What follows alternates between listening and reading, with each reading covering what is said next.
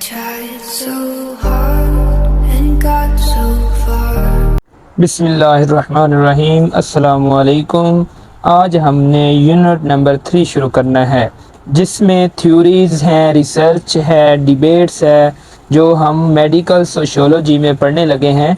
तो हमने देखना है कि थ्योरीज़ में कौन कौन सी चीज़ें बताई गई हैं जो हमारी हेल्थ और हेल्थ केयर सिस्टम पे इफ़ेक्ट कर सकते हैं, वो कौन कौन से फैक्टर्स हैं। और उसके बाद हमने रिसर्च देखनी है और एंड पे हमने डिबेट्स देखने हैं। तो सबसे पहले तो मैं इनका थोड़ा थोड़ा तारुफ आपको करा देता हूँ, लेकिन जो आज हमने मेजर टॉपिक डिस्कस करना है वो हमारे पास है overview of medical sociology theories. तो ओवरव्यू के लिए या इंट्रोडक्शन के लिए हम स्टार्ट करते हैं जी थ्योरीज से। ठीक है, थ्योरीज के थ्योरीज का क्या रोल रहा है।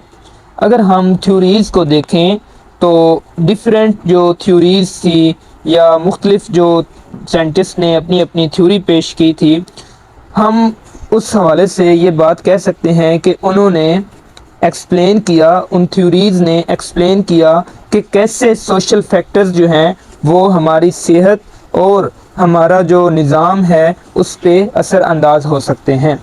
यानी कि various theories that explain how social factors influence health and healthcare system।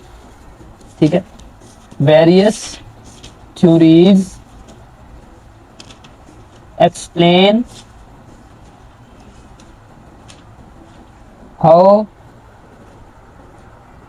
social factor influence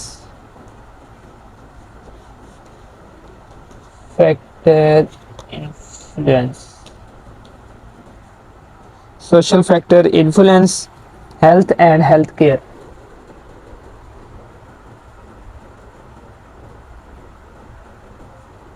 and health care system भी लिख सकते हैं हम।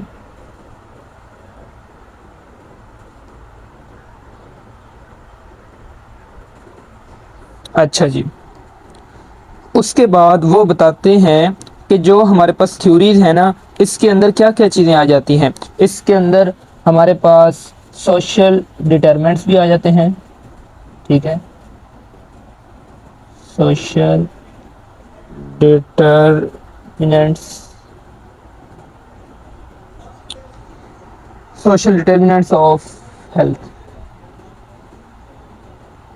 ठीक है, उसके बाद जो इसका मेन फोकस है ना, वो ये है कि हाउ सोशियो इकोनॉमिक स्टेटस या इन्वायरमेंटल स्टाइल या लाइफ स्टाइल या सिक रोल, ये जो है ये कैसे एग्जामिन करता है सोशल एक्सपेक्टेशंस को, कि कैसे एक इंडिविजुअल जो है जब वो बीमार होता है उसका बिहेव कैसा होता है। ठीक है, इसका मेन फोकस किस पे होता है? मेन फोकस होता है जी सोशियो इकोनॉमिक्स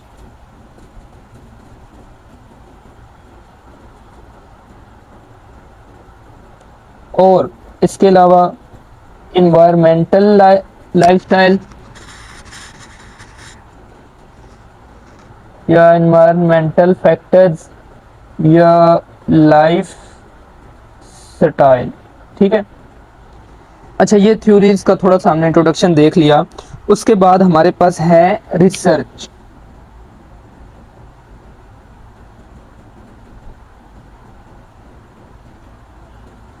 रिसर्च में वो कहता है कि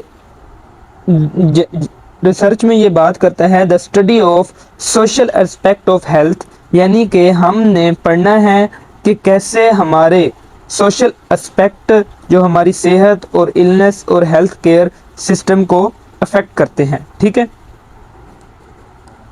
स्टडी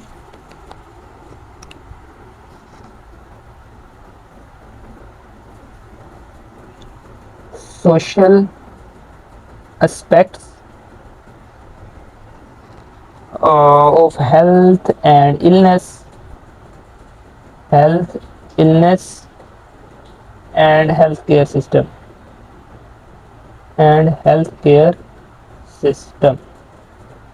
ठीक है, अच्छा उसके बाद ये तो हमने देखा रिसर्च में। रिसर्च में ना हम ये भी देख सकते हैं कि पैटर्न्स ऑफ हेल्थ डिस्पैरिटीज़ क्या है, ठीक है, या फिर impact of social policies on health outcomes क्या है, ठीक है, या फिर कल्चरल बिलीव्स क्या है। क्या क्या चीज़ हम देख सकते हैं। सबसे पहले है जी पैटर्न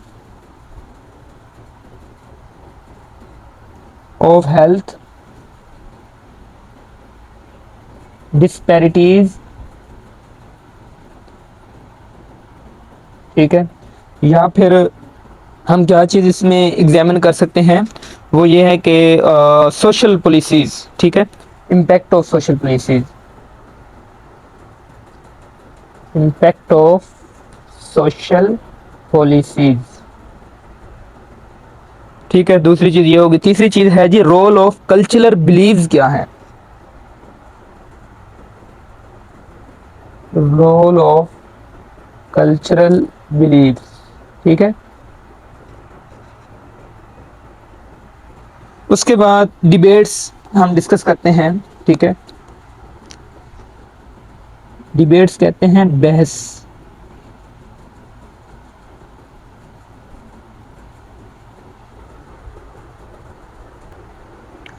बहस यानी कि जो भी हमारे साइंटिस्ट गुजरे हैं उन्होंने इस चीज़ पर बहस की और चीज़ें डिस्कस की कि कुछ सोशल और बायोलॉजिकल फैक्टर्स जो हैं वो हमारी सेहत पर कैसे असरअंदाज हो सकते हैं।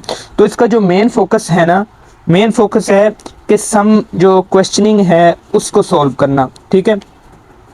मेन फोकस हम इस तरह कह सकते हैं कि सम क्वेरीज या सम क्वेश्चनिंग, ठीक है। जैसा कि आगे मैं आपको डिटेल बताता हूँ, लाइक जैसा कि सोशल और biological factors, how social and biological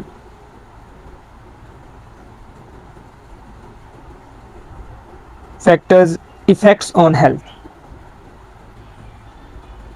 effects on health, ठीक हो गया। अच्छा, ये तो हमने देख लिया कि डिबेट्स में हम कैसे चीज़ें स्टडी कर सकते हैं, ठीक है, बहस के ज़रिए से कि सोशल और बायोलॉजिकल फैक्टर्स जो हैं वो हमारी सेहत पर कैसे असरअंदाज हो सकते हैं, ठीक है।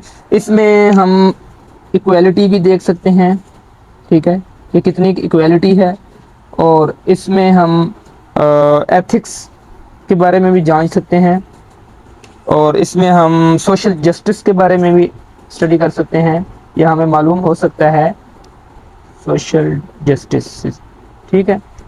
तो आगे हमने अब मेजर टॉपिक शुरू करना है, overview of medical sociology theories, ठीक है।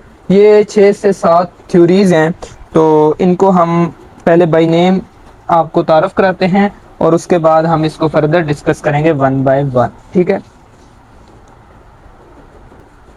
Overview of medical sociology theories, one by name हम आपको इंट्रोड्यूस करवाते हैं। सबसे पहले हमारे पास है जी सोशल कंस्ट्रक्शन ऑफ इलनेस। क्या है?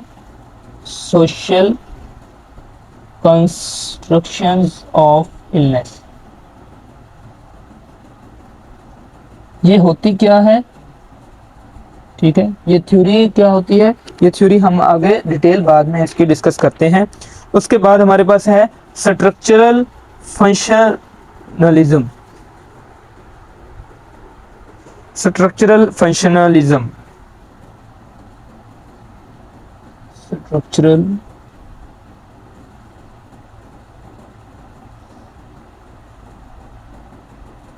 अच्छा, और थर्ड पे हमारे पास है जी conflict theory, conflict theory. Number 4 पे हमारे पास है जी symbolic interactions, symbolic interactions.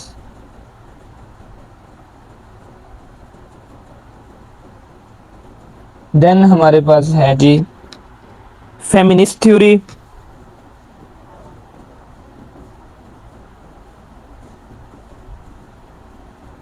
And next है critical medical anthropology,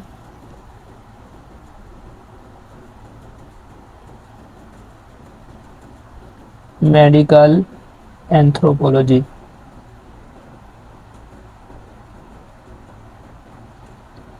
and last हमारे पास है ecological theory.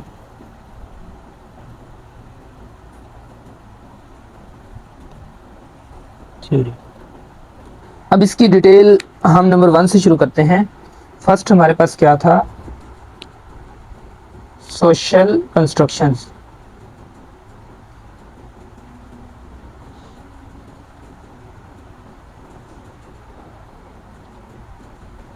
Constructions of illness. अच्छा जी, ये हमने अब डिस्कस करना है। तो सबसे पहले हमारे पास डिफरेंट थ्योरीज थी, ठीक है। अब इसमें हमने ये देखना है हेल्थ एंड इलनेस डिपेंड होती है, क्या वो सिर्फ बायोलॉजिकल सिस्टम या बायोलॉजिकल कंडीशन पे डिपेंड होती है या वो सोशल कंडीशन पे भी डिपेंड होती है। तो इस थ्योरी ने हमें बताया कि हेल्थ और illness both are dependent on biological and social condition. Health and illness depend on biological and social conditions.